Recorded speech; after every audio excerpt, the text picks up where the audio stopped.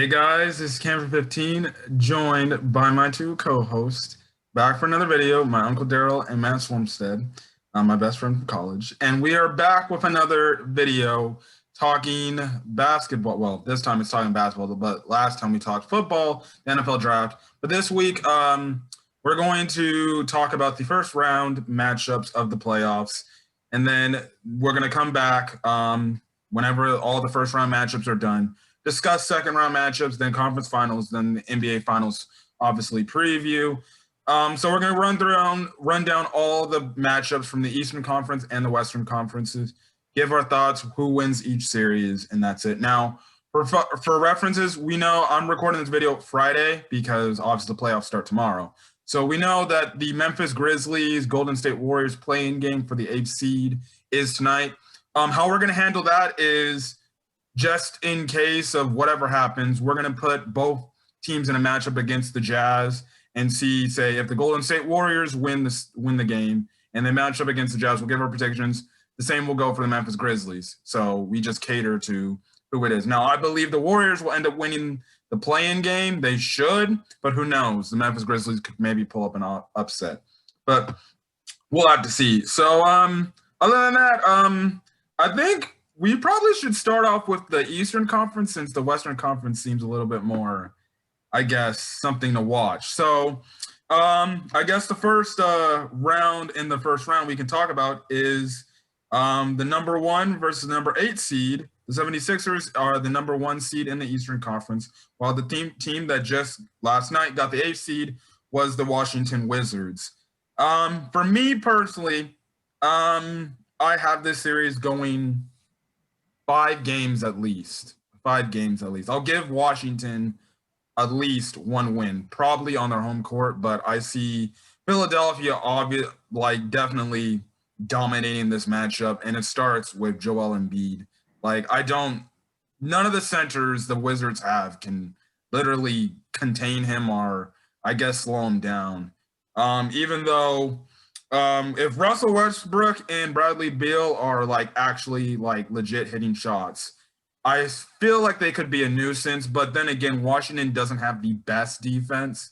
And the 76ers, even though it's Doc Rivers, and we know what Doc Rivers tends to do in the playoffs, let's just say, I don't know what could happen because, hey, I'm just a clear fan experiencing what Doc Rivers did in the past. So he might do it to Philadelphia too. But they should definitely, honestly, run through this matchup. I wouldn't be shocked if this honestly is not a sweep. I just don't think Washington has enough, but I will give them a game on their home court. But I don't see them taking any games in Philadelphia because Philadelphia this year had one of the best home records this year, and they were basically unbeatable. And again, they're a pretty lengthy defensive team. They're gonna get the baskets regardless in this series. It's gonna be really interesting to see what the Wizards do.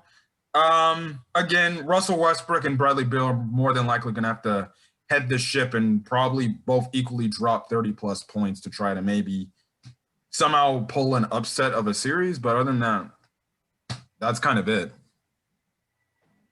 You want it, Matt? No, you can start. I'll go last. All right.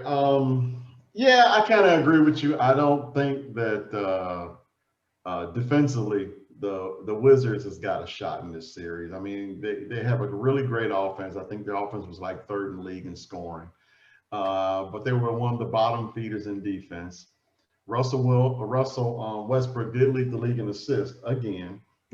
His triple doubles are well known, but I mean, Philadelphia, what I like most about Philadelphia is that they're long on defense. Ben Simmons is long, Thibault is long, Green is long, Embiid is long. These guys really do cut off just about every passing lane imaginable on defense. And I do not see, with the way the Wizards try to move the basketball to shoot threes, is going to actually have too much of an effect to beat the Philadelphia Sixers 4 times in one series. So yeah, I agree with you. I think 5.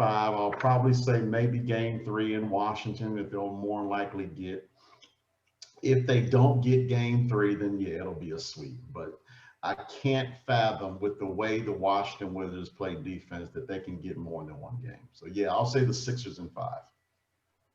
Yeah, I agree. I even say I'm saying a sweep. I mean, granted, I think Washington can score, but what scares me is their defense, and Philadelphia can play defense, granted, but I don't even see Washington taking a game. As a Celtic fan myself, I would rather have the Sixers than the Nets, but still, the Sixers are a good team this year. I mean, they've gone through the whole process, and if they have a year, this is probably the year to take it.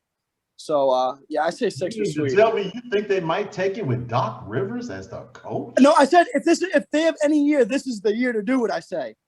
Wow. I think after this, if they don't win it this year, I think they blow it up. Maybe Doc Rivers is actually a good coach.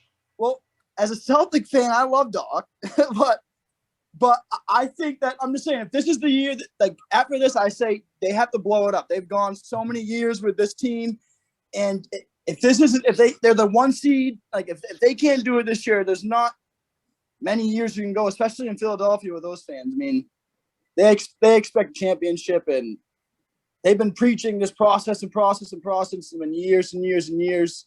They're finally the 1 seed, so I think this is the year to take it if they want to take it. I wouldn't go that far as blowing it up, and I know we got other teams matches we want to go to. I wouldn't go that far as blowing it up because they still relatively are a young basketball team. So I think give Doc maybe since he just got there, don't blow it up the second season. Give him a couple more years so if he can harm that young talent to make them truly winners, which I think he will. He did it. He's won everywhere he's been. So Philadelphia won't be any different. But yeah, Sixers in 5. They should really clean this up pretty early. Yeah.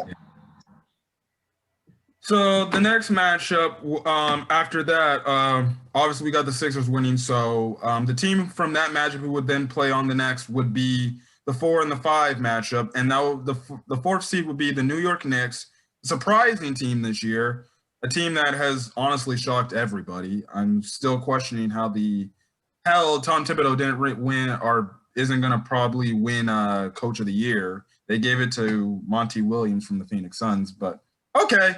Then the Knicks go up against the 5th-seeded Atlanta Hawks, another shocking team that most people wouldn't think that they would make the playoffs, but with the acquisitions they made in the offseason, you could definitely say they would be a playoff caliber team. Now, to be honest, I don't even know where this series is going. I feel like this series is honestly going to go legit 7 games, in my opinion.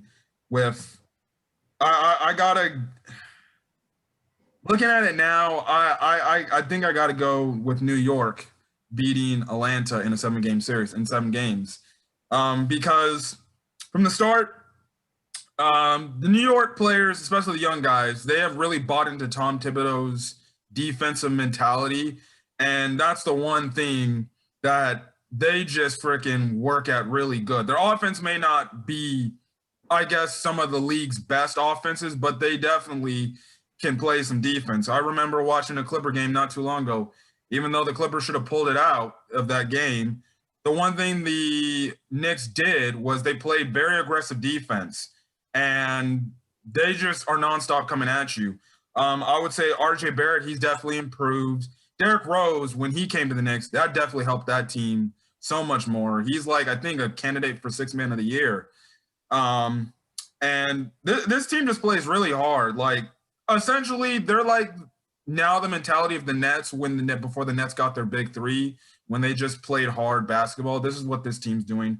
I think Trae Young's going to be spectacular in this playoff series. I don't think he's going to get as many foul calls as he typically would get in the regular season because it's the playoffs.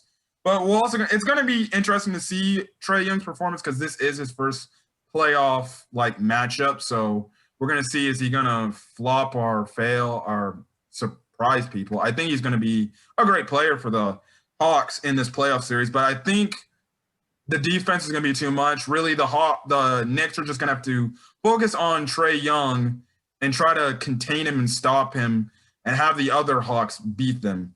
But I got Knicks in 7 in this series personally. So that's all I got to say. Yeah, to me, this will probably be one of the best first round matchups that we're going to get.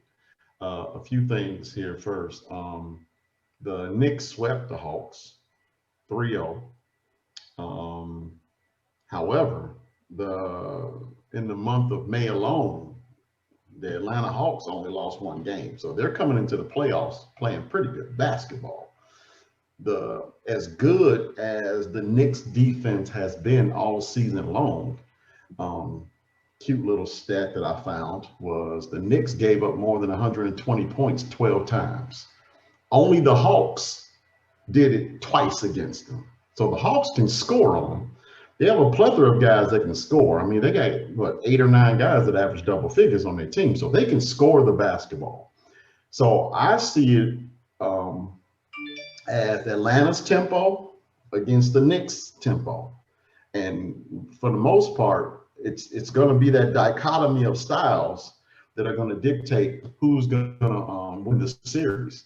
So, but typically in playoff basketball, it's that slow rock 'em, sock 'em, knock 'em type, defense that I like to lean towards as far as who will probably win this series. So yes, I'm going to go with the Knicks as well too. They don't have as much firepower offensively, but with the way they play basketball, I like their chances in a really tough game because that's the type of basketball that they play. They play slow down, tough basketball. They do have a closer in Derrick Rose. Julius Randle is absolutely playing out of his mind. He'll probably get some really serious MVP consideration. Whereas, for all intents and purposes, Atlanta is a finesse basketball team.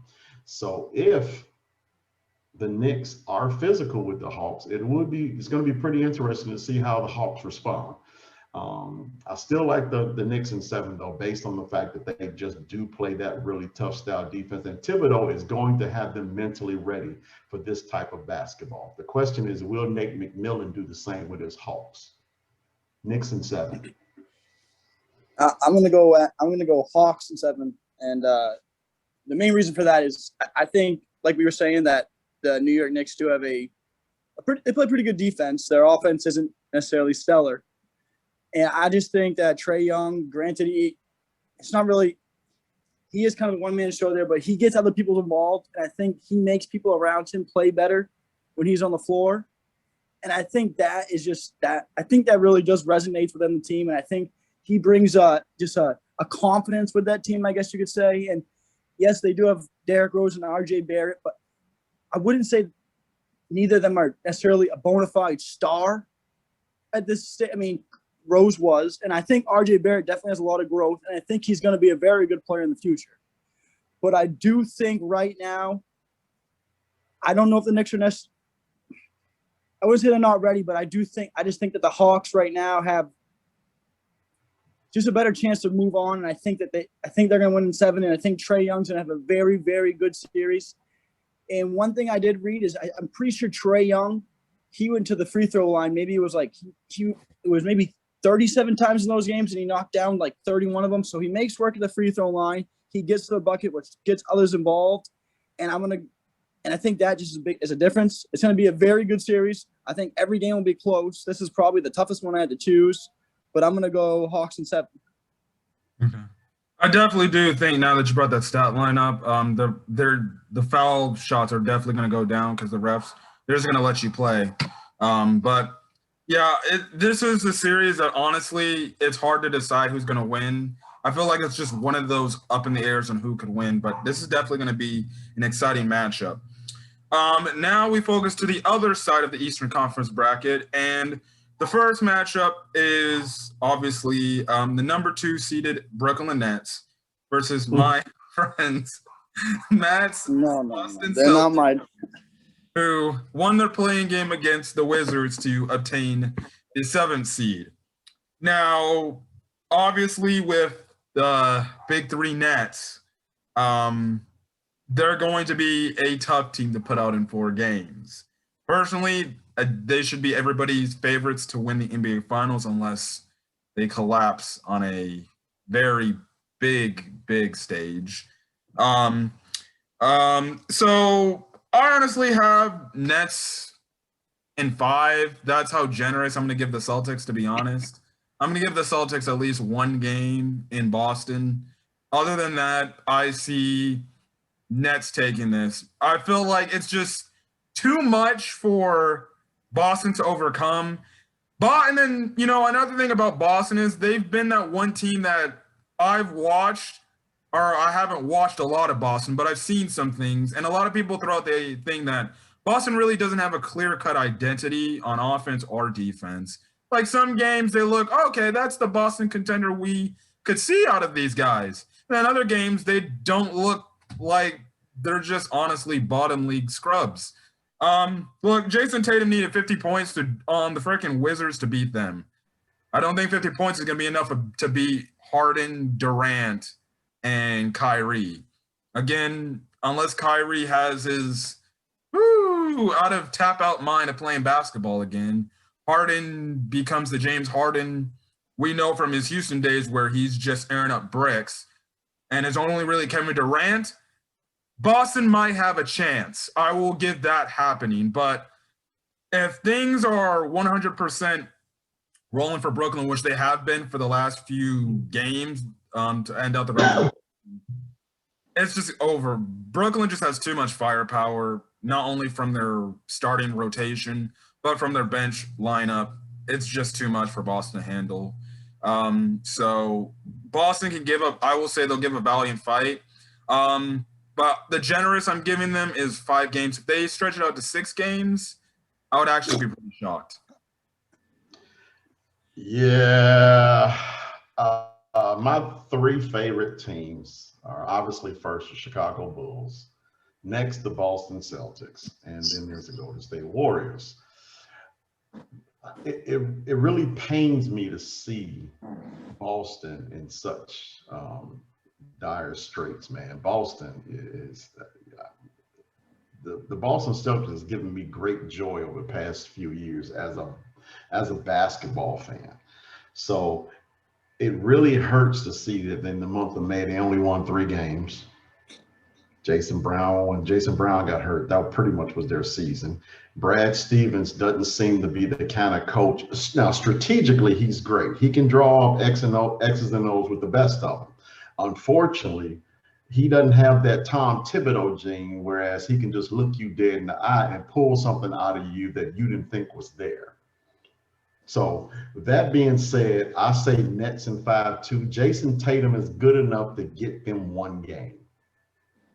And that 1 game will probably be in Boston, but that's it. If they don't get, obviously, if Jason Tatum is not good enough to get 1 game, they're going to get swept. Because my only issue with the Nets is team chemistry. If all of those guys are completely 100% healthy, it's finals or bust. But they got to be healthy. So chemistry is going to be the main thing with all of this, with this collection of players on this Nets team. So Boston's got no shot. And I honestly see after this horrid season, and this terrible series they're about to go through, sorry, Matt, I think they are about to blow it up. Nets in 5. Yeah, like you said, chemistry. I'm pretty sure the big 3 of the Nets played 8 games together this year. Something like that. So it was that, or either that, or maybe Kyrie can just blow up the locker room and be a cancer. But other than that, we're not winning a game. I can promise we're not winning 1 game. And we might not come within 20 any of the games. And I'm being dead serious. And I'm being 100% serious. That is not me being like shunning the Celtics. It's not going to be close. It's not going to be close.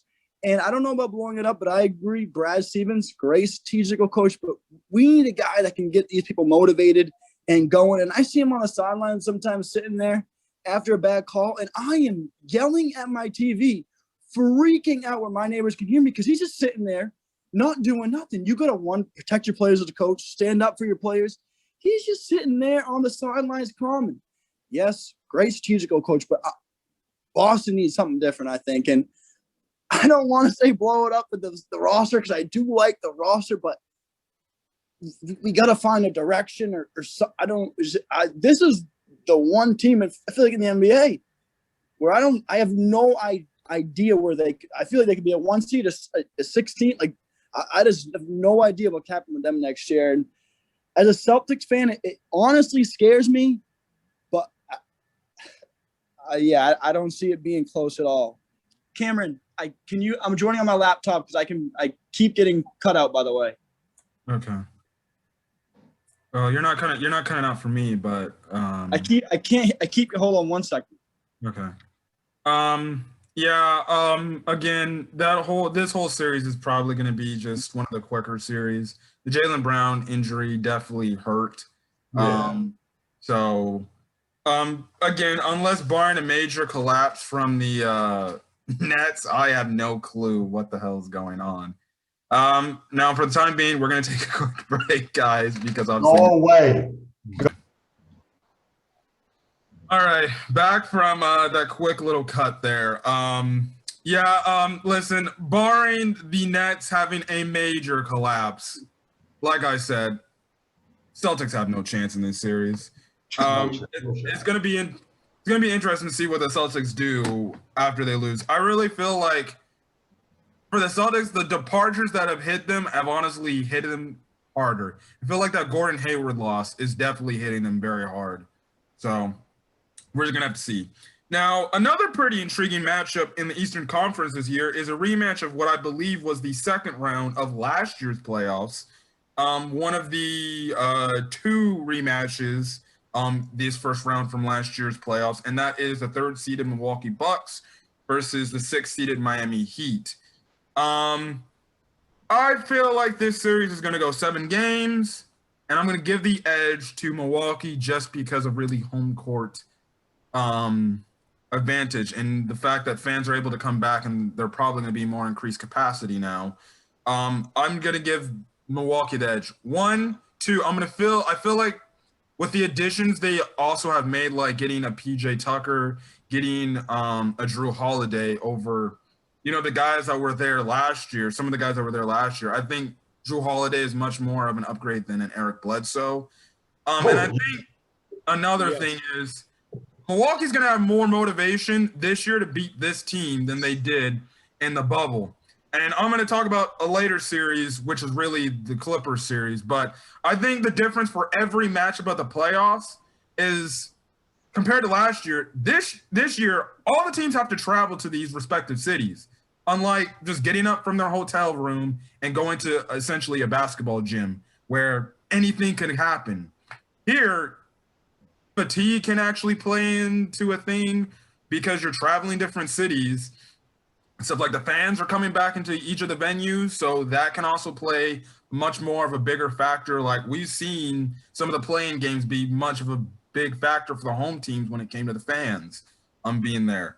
And Milwaukee, I think, although Miami is going to do another, I would say, stellar job. Eric Spoelstra is going to do another stellar job in trying to contain Giannis. I feel like this time the side parts of the Milwaukee Bucks are going to step up, have Giannis, and when it's time for Giannis to eventually hit that takeover button, he's going to do that. Now, in terms of the Miami Heat, they're definitely a team this entire year that kind of was like on and off and on and off. They kind of struggled from time to time.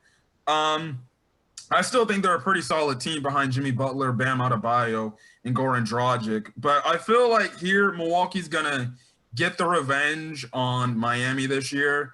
And I feel like this series is going to go 7 games. I think it's going to be a pretty defensive series here. So I got Milwaukee in 7. So that's all I got to say. Yeah, I like Milwaukee this series as well, too. Miami just completely embarrassed them last year in the bubble. I think they beat them in 5. Butler was really good. Antetokounmpo was really bad, which is the reason why in the offseason they picked up Drew Holiday so they can take some of that stress and aggravation off of him from an offensive standpoint. The only problem that I have with Milwaukee is, aside from all of these really good players they seem to have brought into the fold, and DiVincenzo got better, Connaughton got better, and I don't think Connaughton played much last year as well, too, in that series. they're still they're not a great team defensively. Milwaukee has still got some issues defensively they need to work out. So I still like Milwaukee. I think what'll bring Milwaukee through in this series, and I like them in 6, is the fact that Miami beat them last year, and they have a lot of motivation to make sure that that doesn't happen again this year. They got home court advantage, obviously. So I think with that being said, no bubble. So obviously home court advantage for the most part went out the window last year. This year, they don't have to worry about it. They'll be in their building, in their homes, eating their own cooking, relax. They'll play some basketball. They'll play motivated basketball, and I think they'll be able to take out Miami in 6 games. Yeah, I agree. Milwaukee in 6, and Cameron, I thought you brought up a great point about the bubble and just you're not going from a hotel room right to a basketball gym. That's not happening. Fatigue is going to play a factor. And fans being back, that's huge. Like, that's a big thing, especially in basketball. When you go on runs and you have the fans behind you, that's a big, big motivator. And, like, Milwaukee losing last year to Miami, like we were saying, that's going to be a big motivator. And I think Drew Holiday is one of the most, like, underlooked pieces in the whole NBA right now. Like, he makes that team, I think, 10, 20 times. Like, he makes that team a legit contender now, I think. He really does. And I think if they go to the finals and like that, he needs to, like, people need to start really talking about him, because I think he's a lot of credit he deserves, and I don't think he gets enough. But I'm going to go Milwaukee in 6. And also, I think one more thing, that Tyler Hero and Duncan Robinson, like, played the playoffs of their life last year.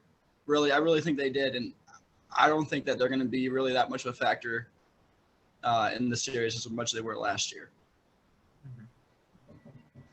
All right. So now, after getting from the Eastern Conference, it seems like our matchups are probably going to be 76ers Knicks second round, and then Bucks Nets in the second round, which those matchups look exciting on their own. Now we move on to the highly anticipated Western Conference playoffs matchups. So obviously, the first matchup involves the first seed Utah Jazz. As like I said earlier in this video, they're waiting tonight to see who their opponent is. So it's either going to be the Warriors or the Memphis Grizzlies. So we'll talk about first the path of first things first. Quickly, again, I said earlier that I got Warriors in the playing game. Uncle Darrell, who you got in the playing game? Well, I like the Warriors too. Steph Curry is my favorite player that's playing currently today. Although he did let me down greatly against the Lakers. I mean, him and Draymond Green turned the ball over 12 times in a game in which they turned the ball over 15 times in the third quarter and 20 times for the entire game. So that was ridiculous. And Steph Curry had 2 major turnovers late in the game, in which one he just tried to throw a cross-court pass, and then for whatever reason, it went straight to a Laker. And he had Caruso all by his lonesome on 3-quarter court. And instead of trying to be fundamental with the basketball, he tried to be pretty with the basketball, and he just both times the Lakers scored. So, and yeah, the 3 by LeBron was amazing. A lot of people say it's lucky. A lot of people say it's skill. For whatever reason, it don't matter. Only the great ones hit that shot. You never see guys like Kyle Kuzma hitting that shot or Draymond Green hitting that shot. It's always the great ones. So the Lakers did what any other great team would do. When you make a mistake, we take advantage of it. That being said, I do think the Golden State Warriors will win this game against the Memphis Grizzlies, but it won't be easy. I don't know about Steph scoring 46 like he did against them last week, but I do think that they'll beat Memphis and play the Utah Jazz. Yes, I think Warriors will win too. I think Mr. Winfrey, you brought up a great point about the turnovers. If that happens again, then I don't see them winning, but I don't see that happening again either. And I say the Warriors are going to be playing the Jazz. Okay. Now, again, we're going to go a divergent path. We're going to talk about both matchups, Warriors, Jazz, and Grizzlies, Jazz, and see how they match up. So, obviously, we're going to go first. We all chose Warriors. So, it would be Jazz, Warriors. Now, I feel like if it's Jazz, Warriors, This can be a pretty interesting series. I would probably say if it's Jazz Warriors, I'd go Jazz in 6. Because the thing I saw about the Warriors in that Laker game, even though at the end of the day I believe the Warriors should have won that game, my whole thing, especially when we talk about the Lakers versus Suns series, I really do believe the Warriors win that game if not for those 12 turnovers in that third quarter. Those 12 turnovers in that third quarter It was ridiculous. kept It the seemed like Lakers. every time they brought the ball up the court, they gave it right back. Yeah, it kept the Lakers in the game when the game could have been very much over. You had LeBron and Anthony Davis combined playing probably their worst game ever in, I guess, their Laker uniform or their Laker careers, and they should have really had that game. But I feel like if they give the same, and this goes just continuation, if they play that same intensity on defense they played against the Lakers, they're not only going to beat the Grizzlies. I feel like they can give the Utah Jazz some fits. Now, it wasn't too long ago, I believe the Warriors did beat the Jazz. Although it was in Golden State, they still beat him. And I feel like Utah, even though they have a chip on their shoulder from last year, losing 3-1 to the Denver Nuggets last year in the bubble, I still feel like Utah is a team that, unlike, I don't know if this is a team for reals or this is just a team that is just like flexes muscles in the regular season and stuff like that. Now, albeit Donovan Mitchell, Conley, and I think Gobert, they didn't really play the last few games because obviously the injury scare and stuff like that. So it's going to be interesting to see and getting back. But again, it's like, I guess my coach Ty Lue said, they'll take health over rust regardless. So the thing is, I feel like this is going to be obviously a pretty interesting matchup. Obviously, Utah has much more scorers like Mitchell, Conley, Bogdanovich than the Warriors do. But I feel like if the Warriors, when the chances for them not to turn the ball over, they get some performances out of some other role players that play above average or at least at an average playoff NBA level.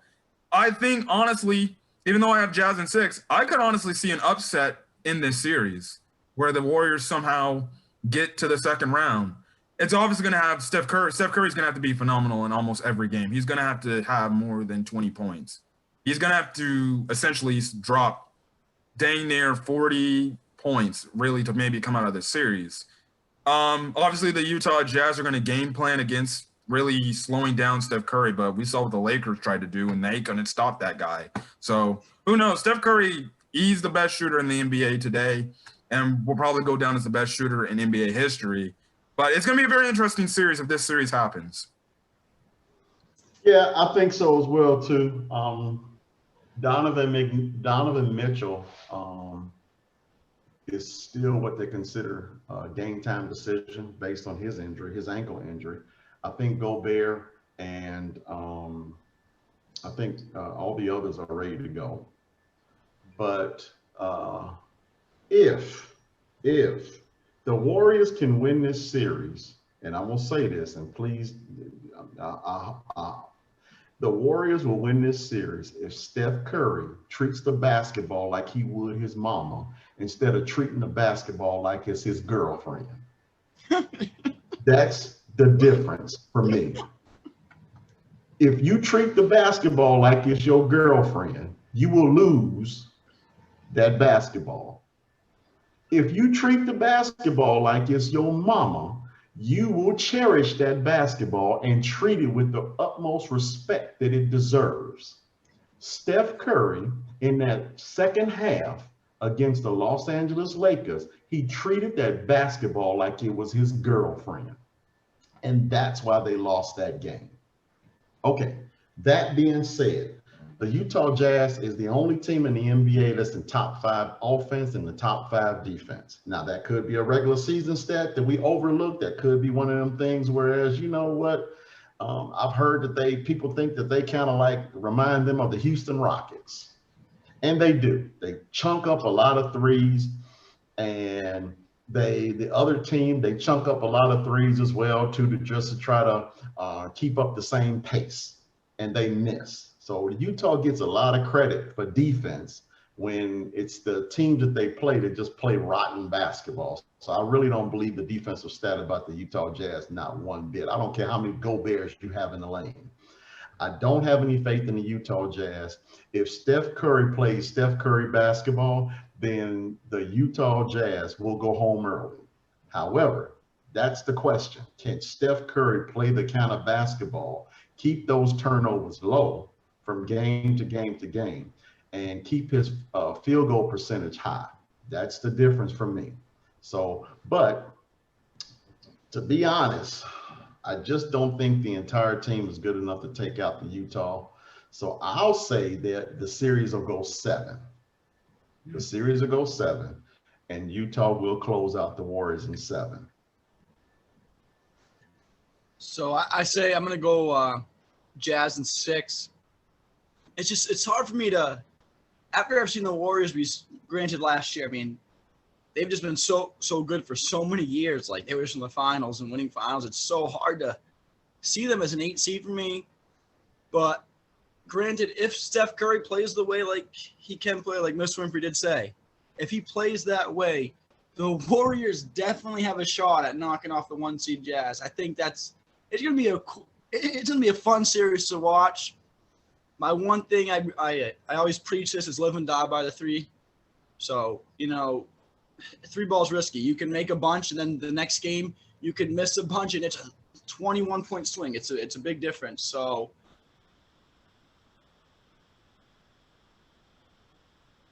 but them two, I believe they win this. But I'm gonna go Jazz in 6.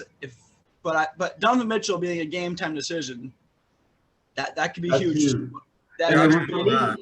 And for me, the reason why that's huge is because every team, if you have a dream of winning a championship, you have to have a closer. You have to have that one guy that when all else fails, the opposing team know you're going to get the basketball and they can't stop you anyway. Donovan Mitchell has proven to be that dude. And if he can't play, Utah is done. I don't care what you have on the other opposing team. If you don't have Donovan Mitchell, Utah, you're done. Yeah, and they better hope they have Donovan Mitchell the whole series too. They better hope they have him from 1. So, but correct. Granted, I do think I do think he will play game 1, and maybe he's not fully healthy, but I do think the Jazz still beat them in 6. But it's going to be a fun series. Yeah. I didn't even know that about Donovan Mitchell, and I guess to go back to that injury, it's an ankle injury. So anything with those ankle injuries can happen. Just one wrong move, that could be a high ankle sprain right there, and then it's over, essentially. Or the slightest tweak, ankle injuries are no joke, especially when you're playing basketball. So the next matchup say if the Warriors were to lose tonight, it would be Jazz Grizzlies. Now, if that's the case, I got Jazz in 5. I feel like Memphis doesn't have the firepower it would have, unless I would give Memphis a chance if they just have their players have an out of the world, play factor. We already know what John Morant's going to do. John Morant, he's a baller. It's going to be interesting to see what Dylan Brooks, Kyle Anderson, Jonas Valanciunas, and the rest of that crew do in Memphis, because you don't know what you're going to get out of them, really. I know for one, they're not one of the best field goal shooting teams. We're not one of the best 3-point shooting teams. And I feel like Utah's defense would be just too much for them to handle. And then, too, why I'm also kind of shaky is you go back to their playing game against the Spurs, they look like they have the Spurs done by the second quarter. And all of a sudden, the Spurs dang near almost make a roaring comeback and almost pull the upset out of them. If the Spurs just hit a few shots when they had the chances to take the lead, maybe the Spurs would have got up out of that game. But that's one thing that's I don't think Memphis could hang with Utah. And 2, for both teams, Warriors and Grizzlies, another thing to factor is Utah's home court. As much as you can have your opinions on the Utah Jazz fans, that is a tough place to play. That's no doubt. The fans will get up in those players' heads. So I would say out of probably all the home stadiums, that's probably out of all the rounds, probably one of the toughest places to play. So that's just my thoughts on the Memphis Grizzlies series. I think Jazz in 5. I'll go back to Donovan Mitchell. Donovan Mitchell plays, they sweep Memphis. Well, if Donovan Mitchell is 100% healthy, they sweep Memphis. Memphis just does not have the offense to hang with Utah, especially when Donovan Mitchell is 100%. No Donovan Mitchell, yeah, they can probably get 1, maybe 2 games. But it's still going to be a matter of where is the consistent offense going to come from the perimeter, because Valanciunas can bring Gobert out the lane, but how often can they do that when he's on the floor and be successful from the perimeter? So I don't think Memphis has got a shot either way, but they can get a couple games if Donovan Mitchell is not there. Donovan Mitchell is there 100%, Memphis is swept.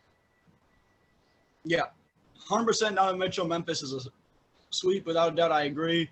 But if Donovan Mitchell isn't even 100%, I do think I'm probably going to go, honestly. I'll go Jazz in 5. I think it'll be Jazz in 5. But if Donovan Mitchell isn't there, like we said, either the Warriors or the Grizzlies, if he's not there, it's going to be interesting. Yeah. So, but I do think if it's the Grizzlies, it will be still Jazz in 5. Yeah. Okay. Their whole success depends on if Donovan Mitchell is going to be there. And like you said, the closer's big in the playoffs. So yeah, he's been huge for them in the playoffs, and he's going to need to be even more huge this season, considering they're the number 1 seed and they got home court throughout. Yeah, I think they're a pretty weak 1 seed too, honestly.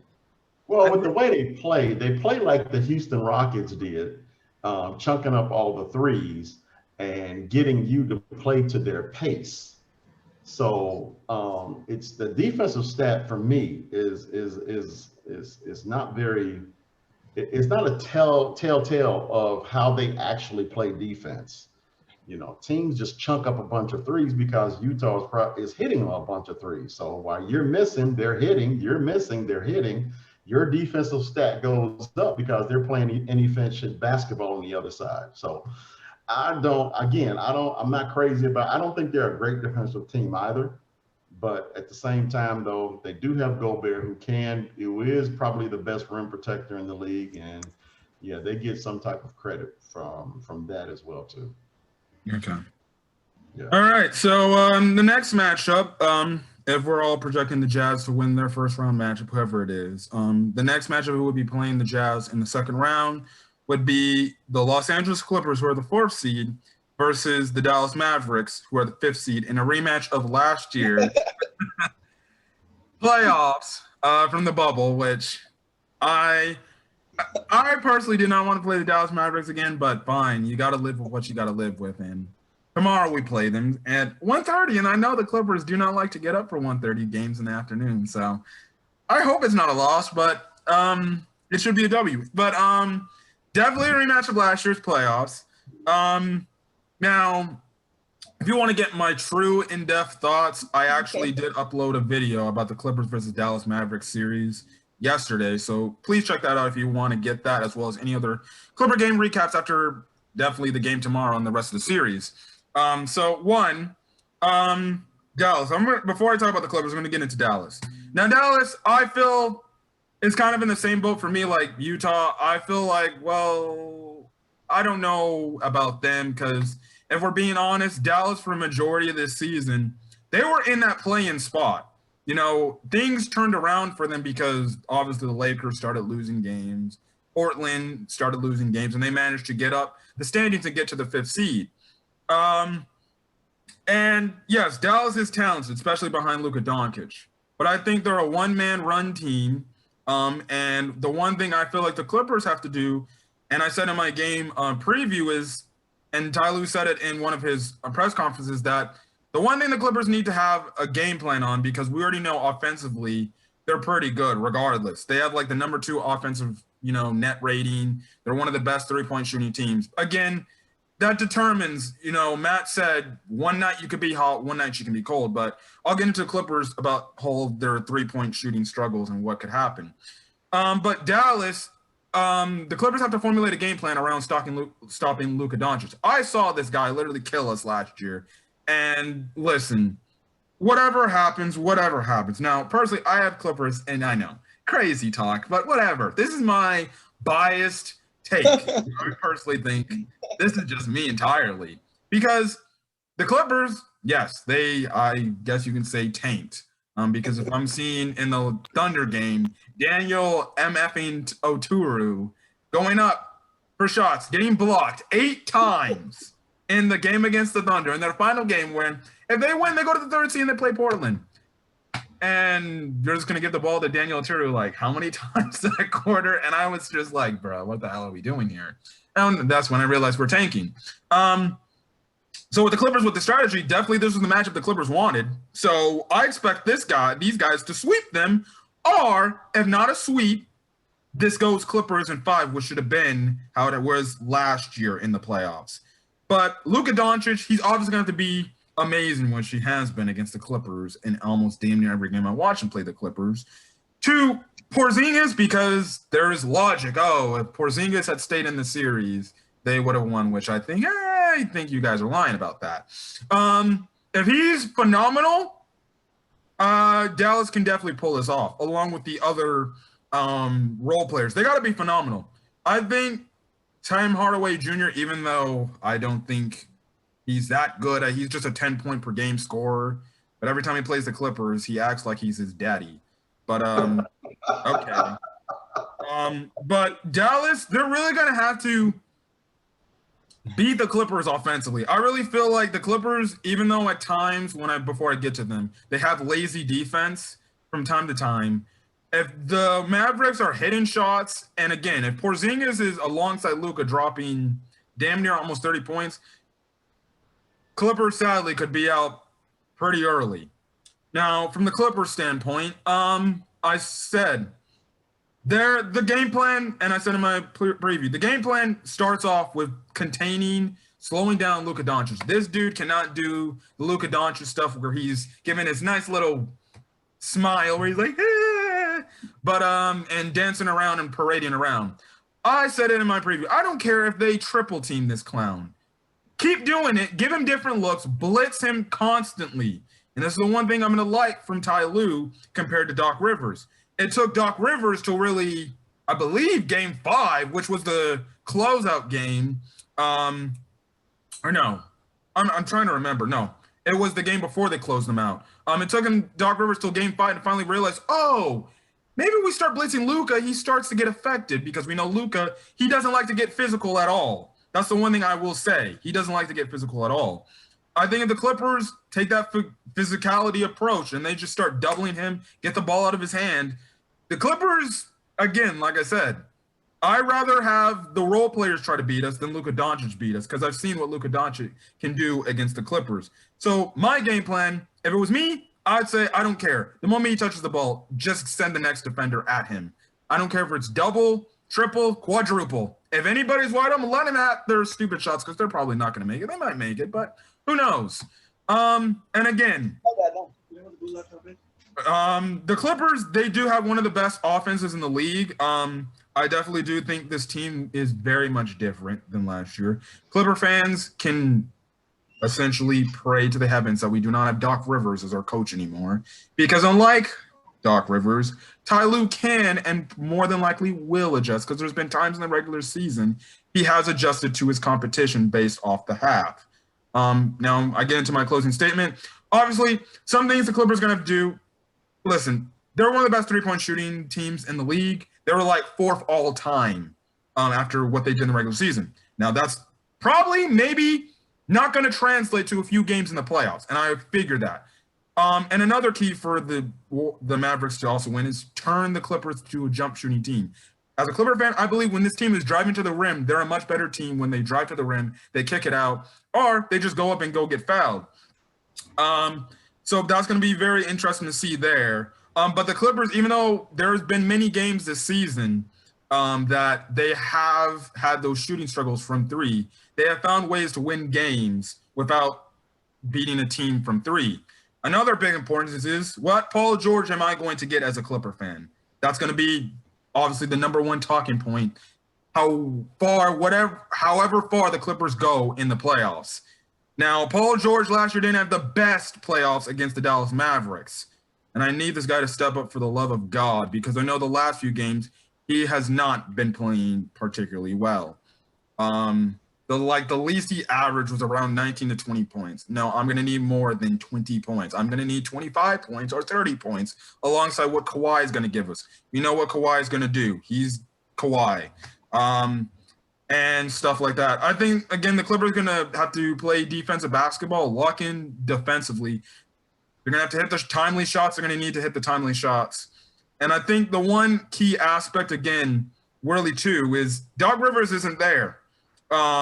So Ty Lue, I feel like from what I've heard from Cavs fans, the Cavs podcasters and Cavs fans saying, Ty Lue, yes, he messes around in the regular season, but in the playoffs, he's spot on. Yes, some of it had to do with LeBron when he was on the Cavs. But again, yes, LeBron's executing the plays, but who's drawing those plays up? Ty Lue. And I think he's got command and respect of the Clippers that they have the belief they can do it this year. I believe the Clippers had the motivation from the embarrassment of last year. And I was there with every other Clipper fan seeing that horrible collapse. We got Rondo this year, which I think, honestly, if you ask me, is an upgrade over Lou Williams. He's got more playoff IQ. Not to say that Lou Williams doesn't. I will take playoff IQ over just a guy scoring baskets because he'll get guys set up. That's the point guard Kawhi asked for. So, again, no excuses. I'm on the point. Okay, you guys got what I would say the perfect team. No more excuses. And the last thing I got to say before I turn over to my Uncle Darrell, they got healthy. They're 100% healthy. They got Patrick Beverly. They got everybody. Last year, they weren't healthy at all because they had the bubble shenanigans. Patrick Beverly, he played game one in that series last year, but he got hurt in that game, and he wasn't there. So the Clippers fully up. They got Serge back from injury. Again, I got the Clippers in a sweep. This should be a sweep. If not, I see Dallas taking either games 3 or 4, and it ends up being the Clippers going back to Los Angeles game 5, winning the series, and they move on to the second round, hopefully against the Jazz. But with the Clippers, it's up in the air. I'm just going to have to see. Hopefully this year they have more than enough motivation. You can check out my game recaps. I've talked about how much motivation they can have this year. But it's just going to come down to what the players do. I know Ty Lue's going to draw the plays, and it comes down to players just executing the plays. That's my belief with the Clippers. They just got to execute, and they just got to hit their shots. That's all I got to play. All right, all I got to say. If you look at the Clippers roster, from Kawhi all the way down, you see nothing but a championship roster. The Clippers statistically are very good. The Clippers in the last 2 years have been very good. All right. They have made some changes which have made them even better this year. The problem is we have to stop thinking with conventional wisdom as it relates to the Clippers. For whatever reason, I can tell you the Clippers always manage to be the Clippers when the stakes are the highest. I do not have any faith in Paul George. I do not have any faith in Tyronn Lue. You can say whatever you want about he just draws up a really good play. I'm sorry. To me, the best coach in the league out of a timeout to draw up a play is still Doc Rivers. Okay. That being said, you can say whatever you want. He got that chip on the back of LeBron James, and I can't stand LeBron James. But I will give LeBron James that credit.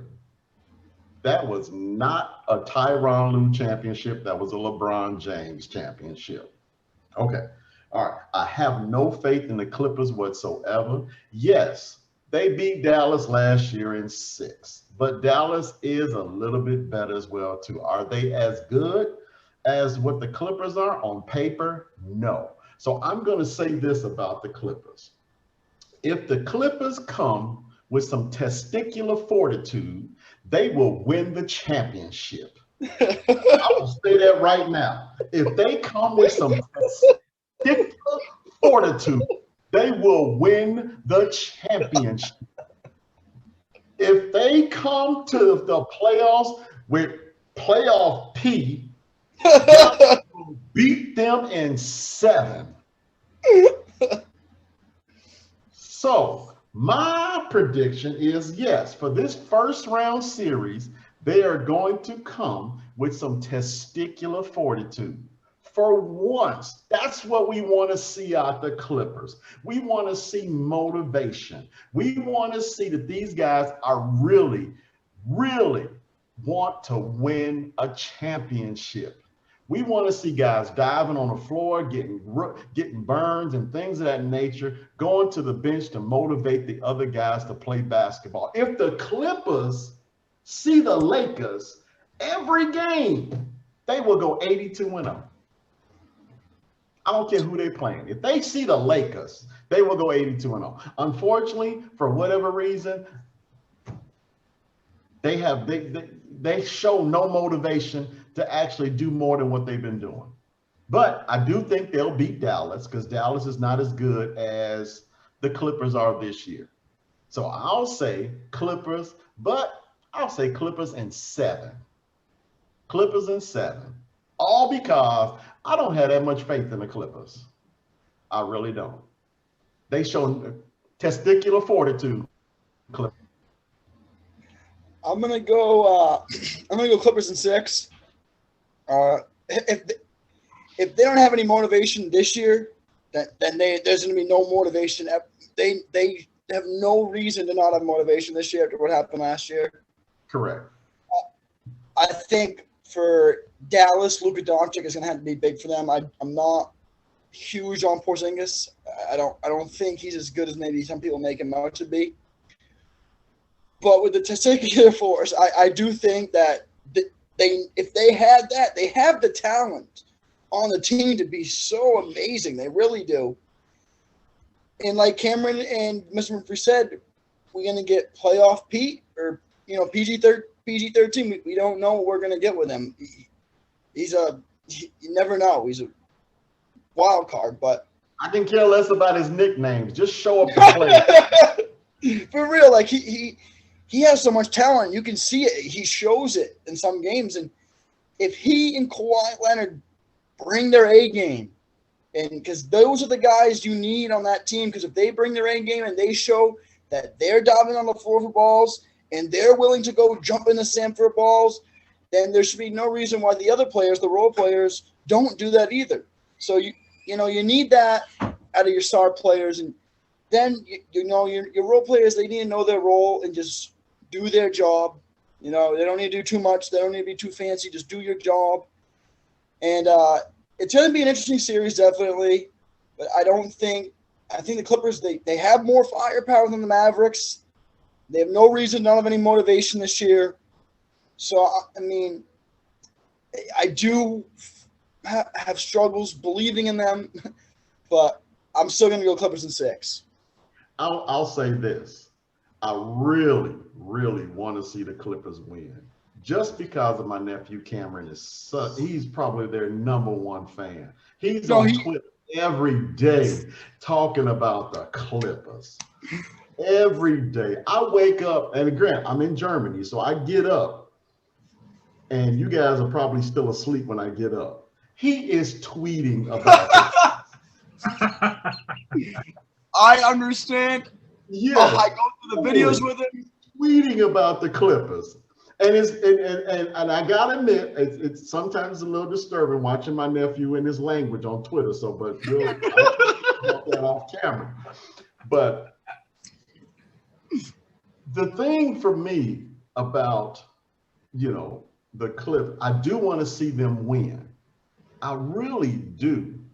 But if they're just chucking up threes and jump shots and not going to the basket and taking the bumps and burns that it takes and to do what they necessarily need to do against Dallas. On paper, this is a sweep, man. Come on, and I'm picking them in 7. On paper, this is a sweep. On paper, the Clippers are the best team in the West. Let's be honest. The Clippers were built to beat the Lakers.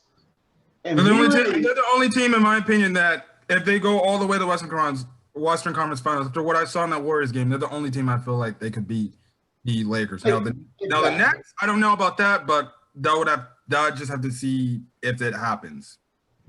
Yeah, I got to admit, if there's one team I want to see win the chip, or outside of the Warriors, because I love me some Steph Curry. I mean, I love me some Steph Curry, but it's the Clippers. I want to see the Clippers win, primarily because of you, Cameron. I know how much of a fan you are, and I would love to see it happen.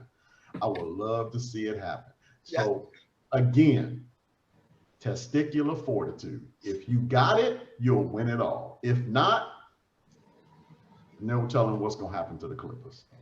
Cameron, you deserve a championship. You do. I FaceTime you and you scream at your TV, and I feel it for you. I really, and myself, like say, have no chance, so I don't even worry about them. So I really, really hope for you, honestly, from the bottom of my heart, I really hope you get a championship because you deserve it. Because I know the pain you go through. I've been with you. Cameron, it's the way me and your father was before the Bulls won that first championship. We were always in front of the TV, yelling and screaming at our team. You wouldn't believe how many times we cursed out Michael Jordan. People thought we were crazy. People literally thought we were crazy. And we were really cursing Michael Jordan out for some of the things he was doing on the basketball court. But that's just how much we wanted to see the Bulls win. So I understand where you're coming from. I really do. So I want to see it. I want to see it. Testicular fortitude, man. Just that's it, right? Yeah. Just keep that phrase in your head and you yell it at that TV. They got to show you that. They show you that, they winning a chip.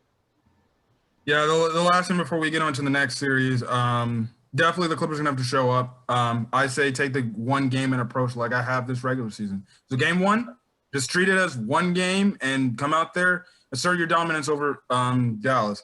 And again, the jump shots ain't falling. That's the only thing that I can see is the Clippers' downfall. They rely too, and I've seen it sometimes this year, they rely too heavy on the jump shots. So if it's not working, just drive to the basket. Now, I'm not saying if you're going to drive into the basket and kick it out to a wide open shooter, fine, shoot it. But I preferably drive it. Now, the only other thing I hope happens is Ty Lue gives my man Terrence Mann some playtime because honestly, regardless of the Clippers season ends, I will say for a guy to go from the bench to a legit, I would say, rotational piece for the Clippers who's been very good in his time. What is it? That was to be the one takeaway I have. So I hope Terrence Mann gets some minutes. If you haven't seen Terrence Mann in the Clippers the last few games, because he's been getting minutes after really the injuries that have happened on this team, he's a legit baller. I've liked what I saw out of him. So I think could be an X factor if he gets serious playoff minutes. I made a video not too long ago talking about this kid needs playoff minutes because that dude, I would say he's a dog. And I'd say he doesn't have the same defensive intensity as Patrick Beverley, but he's a Patrick Beverley similar type of 3-and-D player. But that's it from the Clippers. We'll have to see what that series happens. So the next series, again, another playoff rematch from a few years back, and that is the 3-seeded Denver Nuggets without Jamal Murray versus the 6-seeded Portland Trailblazers. I honestly feel like this series could go 7 games. And I feel like Denver's probably going to take it again, but I would not be shocked if Blazers win in 7. Now, Blazers play absolutely no defense at all. I don't care what anybody says. They got the offensive firepower to match anybody. They just play no defense, which is why I wanted them over Dallas. But the one thing is, we already know what Nikola Jokic is going to be. He's just going to be Nikola Jokic. When he takes over, he takes over. Like, I swear. I just get the flashbacks of what happened last year where he just throws stuff up and it just magically just goes in. It doesn't matter what he's doing. He just throws it up, goes in. Obviously, the role players are going to have to be big for Denver. Michael Porter Jr. is going to have to continue what he's been doing since Jamal Murray's been out, which is be a very great player. and stuff like that, which I'm still kicking for myself that the Clippers didn't take him with the 13th pick, but we take Jerome Robinson. So many That's messes. an interesting stat right there. The one thing that you remember is that they took Jerome Robinson over Michael Porter Jr. It's all over Clippers Twitter every time we see the Denver Nuggets play. Every time a Clipper fan tweet, they really took. Twitter feed is an interesting read. We really took. Everybody says it in Clipper Nation. They're like, we really took Jerome Robinson. I'm sorry, we were talking about the Michael Porter. Yeah. Yeah. Now the thing is, for Portland side of thing, if they can play just average defense, that's just asking for average defense. I feel like they could pull this off. Obviously, Damian Lillard, he's gonna have to show up. CJ McCollum's gonna have to show up. They got the recently acquired Norman Powell, who can drop 32. Will have to show up. I think with those three combined, they have what it takes to overcome the Denver Nuggets. But I still feel like Denver's going to edge them out because Mike Malone's going to adjust and he's going to play much better defense on those three scores. Preferably at least just stop one of them if one's going at a clip, which is probably Damian Lillard. Because if we're being honest, when Damian Lillard's kind of just slowed down, he doesn't really operate and doesn't really help the rest. He kind of is just like, oh, I guess I'm getting double teamed. Here you go. And, he kind of just zones out of the game. Again, this series is another series that's up in the air. And the reason why I say it's up in the air is because Jamal Murray's not in this series. And the last time these two teams played in the playoffs, it did go 7 games with Denver pulling out. So maybe that gives some motivation to Portland to pull it out next year and win. Or no, it was Portland that I think won the series, that matchup. So we're just going to find out. Yeah. Anyways, that's all I got to say. I got Denver in 7.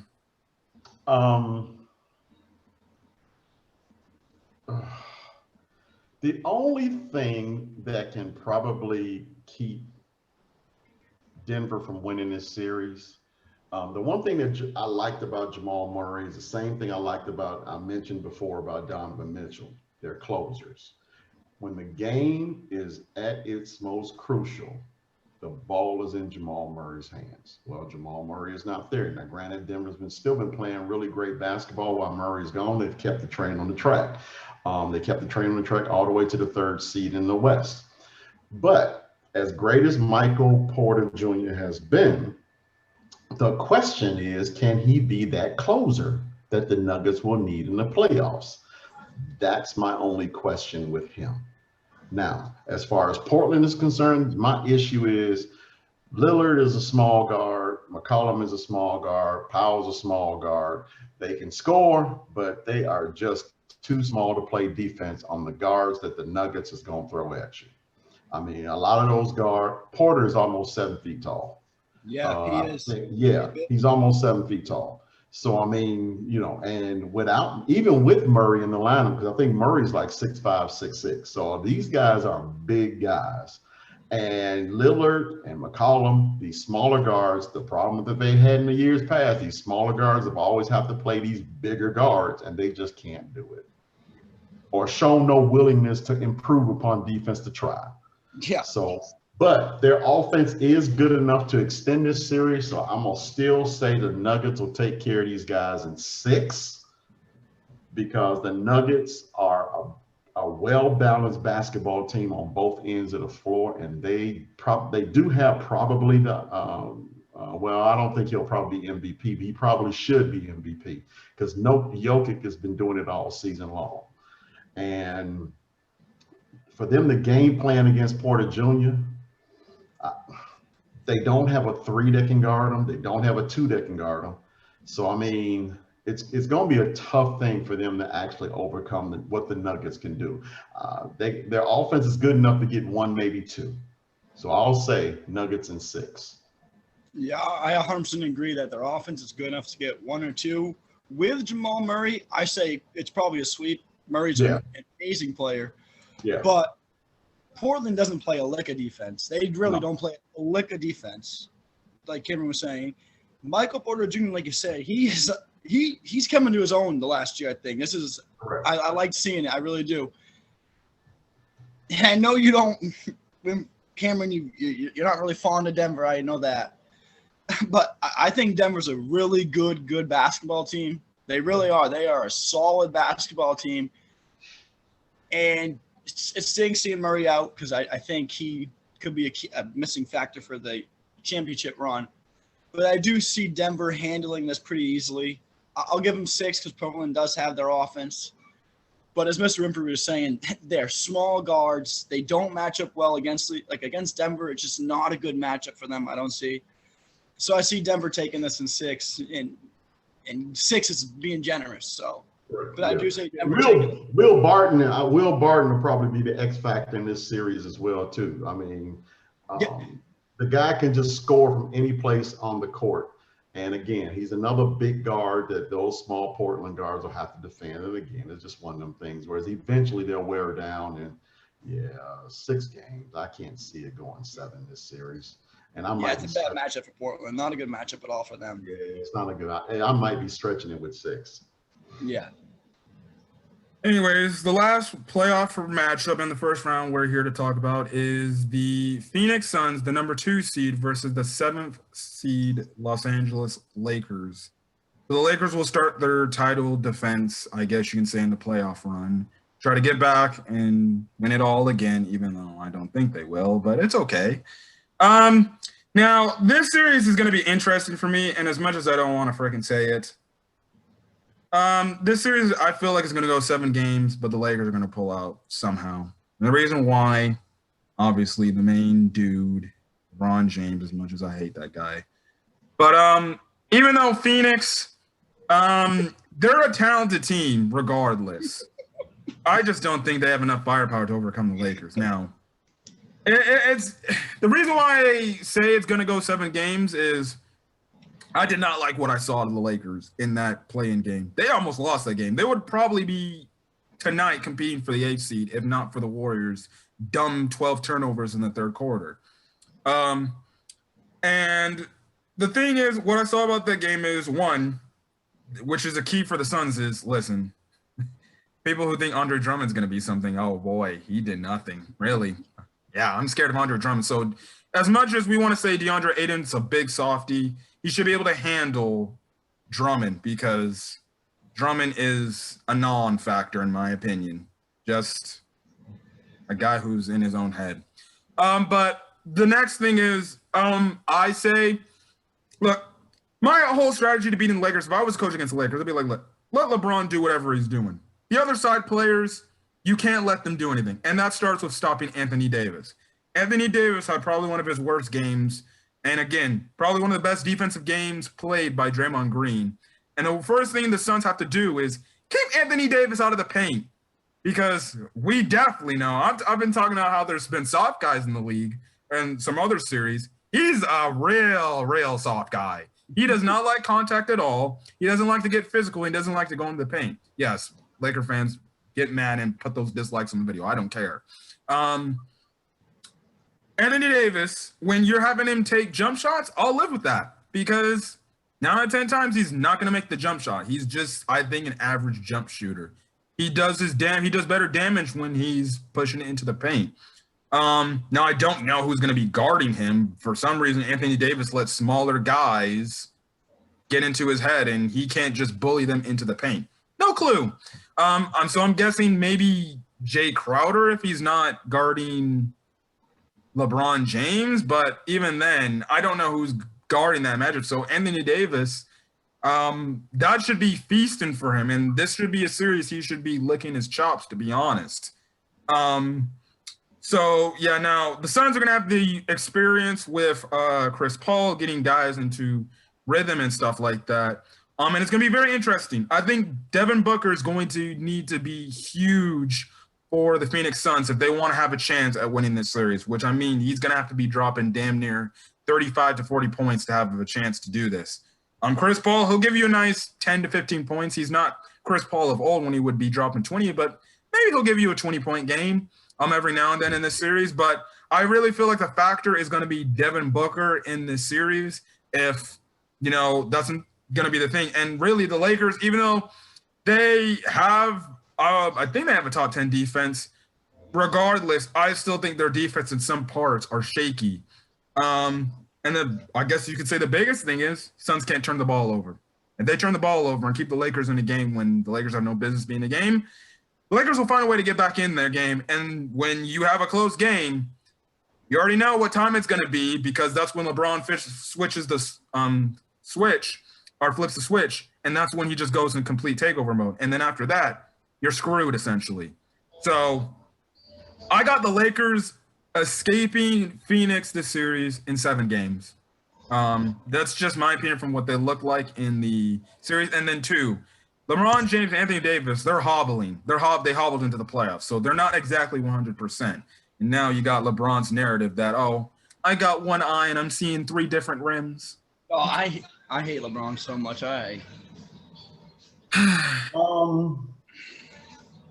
First of all, LeBron, from what he tells us anyway, now whether we believe he's actually injured or not, that's, everyone's interpretation. However, if he is indeed injured and he's 85%, why double him? Let him score 50 on one leg, and then next thing you know, no one is doing anything. They're just sitting around watching a 37-year-old man on one leg to score 30 over a 7-game series and win 4 games? No, I do not. So why double him? Why allow him to pass the ball, do pick and roll, things of that nature? Make him a scorer. The key to beating a LeBron James-led team is to keep him from facilitating, make him score.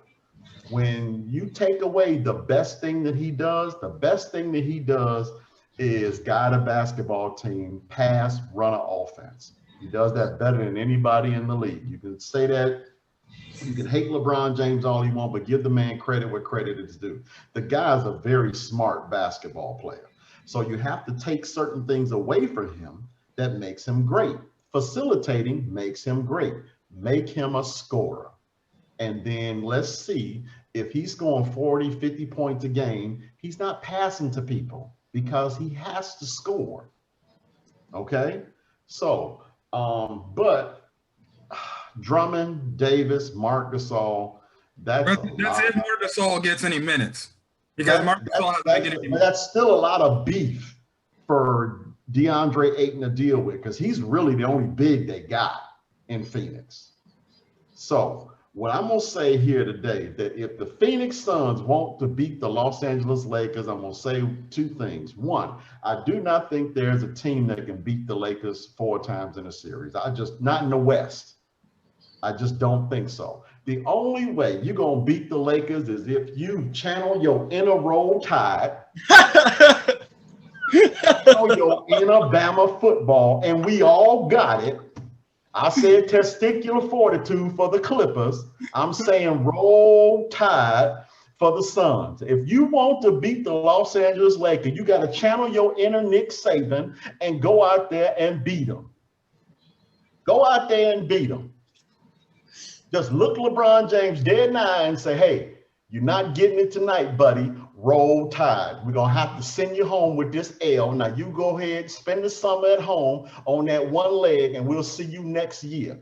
Roll Tide. Goodbye. But they ain't going to do it. I still like the Lakers. I like the Lakers in 6, though, because on the road in the Game 7, I just don't think the Lakers will actually be able to put forth that much on those old legs. They're going to need to beat the Phoenix Suns at home. That'll give them enough motivation to go ahead and close them out. So a Game 7 in Phoenix, I don't think I can't see the Lakers winning that game. A Game 6 in LA, yeah, I can see them closing them out in that game. So I'll say Lakers in 6. They're definitely gonna before you start, Matt. They're definitely gonna have to take at least a game in Phoenix if that's gonna happen, though. Correct. But those are earlier games, though. They can get a Game 3 or a Game 4. But once they get back into LA, and if LA is up 3-2 coming back to that Game 6, then yeah, that series is over. I'm gonna go Lakers in 7, but I think also Chris Paul is a big help for the Suns. I think this year having a veteran point guard there helps out Booker and Ayton a lot in the playoffs. I think it can help them out a lot. And if LeBron James isn't 100% healthy, like you said, let him do what he wants. Let him score. Let him do it all and shut down everyone else. That's what you've got. Shut down everyone else. Don't let Kuzma, don't let Caruso, don't let Davis, don't let them get nothing. And that's how that all they did was spot up against the Warriors. That's all they did. They spotted up against the Warriors. They threw the ball in the low post to Davis. And LeBron, for the most part, did all the facilitating. He did all the driving. He did all the he posted. He scored from just about everywhere, even the 30-footer towards the end of the game. Everyone else just spot up. So, yeah, you got to turn LeBron into a scorer. Let's see if he can score 50 on one leg, if he is truly hurt. Now, we all know that sometimes he plays these games, you know. So if he's truly hurt, yeah, make him prove it. He's one leg. Let's go 50. Exactly. I just make, like we were saying, and like we said earlier, like the turnovers. I think the Warriors should be the ones playing this team in the first place, but that's here nor there. But I still think that I'm just excited for this whole Western Conference. I think every single series here could go 7. I think either team could win basically any of these series, and so I'm still going Lakers in 7. And I hate to say it because I hate the Lakers and I hate LeBron more than I hate almost any team in professional sports or a player. But like you said, Mr. Winfrey, give credit where credit due. The guy is an amazing basketball player, he's a smart basketball player. So I got to go Lakers in 7 still. And it sucks because I love the Suns, and I think that Chris Paul is a big help for them this year, but Lakers in 7. Yeah. Most of these players are playing their first playoff series, even though they have some veteranship and stuff like that. But it's gonna be a very interesting series. I'm gonna look forward to that series as well as all the other playoff series. Again, the playoffs start tomorrow, no earlier, than really 12. But it's gonna be very interesting. So we gave our thoughts and opinions. Obviously, guys, enjoy first round playoffs for your respective favorite teams. I know I am, as well as everybody else. Hopefully everybody's favorite team goes through, but again, there's always going to be a loser. So yeah, but anyways, we're going to be back whenever all the first round matchups are done to talk second round matchups. And yeah, but other than that, that's kind of all I got to say for the videos.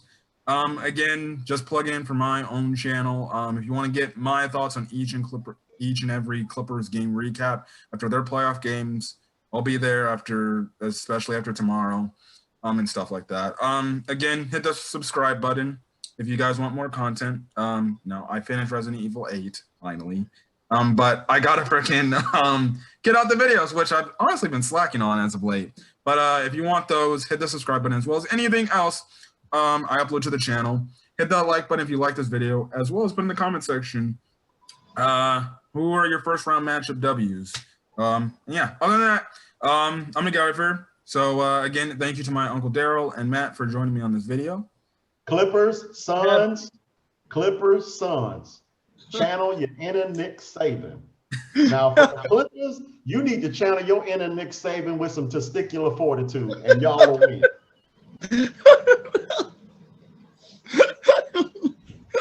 Roll Tide. I guess we can end it on that note.